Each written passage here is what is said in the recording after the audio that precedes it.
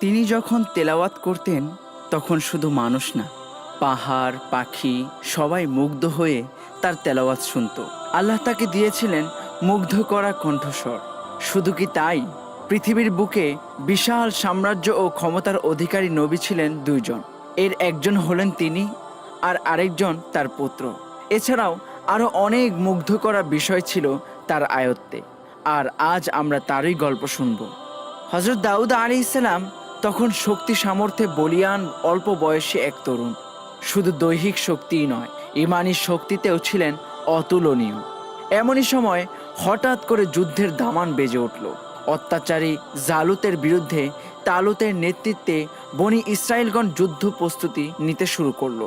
দাউদ আলাইহিস সালাম যোগ দিলেন সেই সৈন্য দলে। বিশাল সৈন্য বহর নিয়ে তালুত এগিয়ে চললেন সম্মুখ পানে। পথিমধ্যে আল্লাহর হুকুমে তালুত সৈন্যদের পরীক্ষা করতে মনস্থির করলেন। তাদের যাত্রাপথে পড়ল মিষ্টি পানির এক নদী। তালুত ঘোষণা করলেন, এটা তোমাদের পরীক্ষার জন্য। যে এর থেকে পানি পান করবে সে আমাদের দলভুক্ত নয়। কিন্তু হতভাগারা নির্দেশ ভুলে গিয়ে পানি পান করল।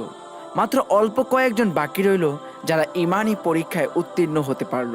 তালুত তাদের নিয়েই আল্লাহর ভরসা করে সামনে ছুটলেন। যুদ্ধের ময়দান। সেকালের সেরা যোদ্ধা জালুত সামনে এসে আহ্বান করল, কে আছে এমন তার সাথে সম্মুখ লড়াই করবে? ভয়ে কেউই সাহস করল না। কিন্তু এমন সময় সামনে এগিয়ে এলেন দাউদ আলাইহিস সালাম। তালুত তাকে পাঠাতে রাজি হলেন না।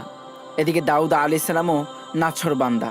অবশেষে তালুত তার নিজের তরবারি দিয়ে দাউদ আলাইহিস সালামকে আল্লাহর নাম নিয়ে সামনে ঠেলে দিলেন। উন্নত বর্ম পরিহিত জালুতকে তরবারি কিংবা বল্লম দিয়ে হত্যা করা অসম্ভব ছিল। কিন্তু দাউদ আলাইহিস সালাম তার পরোয়া করেন না। তিনি ভিন্ন কৌশল অবলম্বন করলেন। তিনি ছিলেন একজন সেরা পাথর নিক্ষেপকারী। যে কোনো লক্ষ্যবস্তুতে অনায়াসে পাথর নিক্ষেপ করতে তিনি উস্তাদ ছিলেন। পকেট থেকে পাথর হাতে নিলেন দাউদ আলাইহিস সালাম। পাথর হাতে নিয়ে জালুতের দেহের উন্মুক্ত জায়গা খুঁজতে লাগলেন। অবশেষে তার দৃষ্টি গিয়ে স্থির হলো জালুতের চক্ষু বরাবর।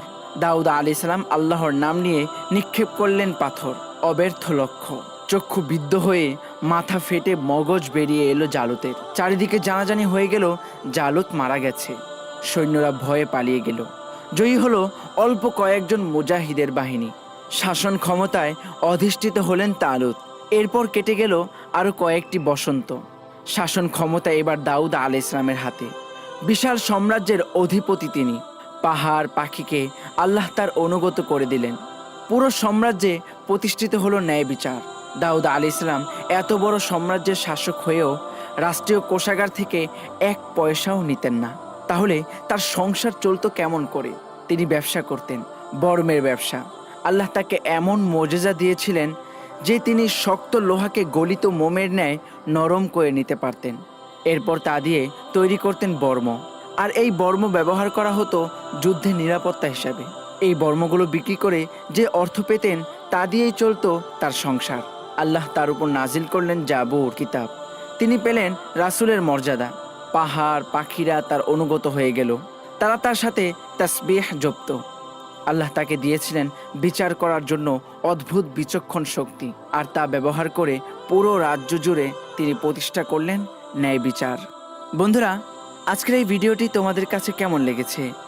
যদি ভিডিওটি ভালো লাগে একটি লাইক করবে, একটি কমেন্ট করে জানাবে কেমন হয়েছে, আর তোমাদের বন্ধুদের কাছে ভিডিওটি শেয়ার করবে, আর চ্যানেলটি অবশ্যই সাবস্ক্রাইব করবে।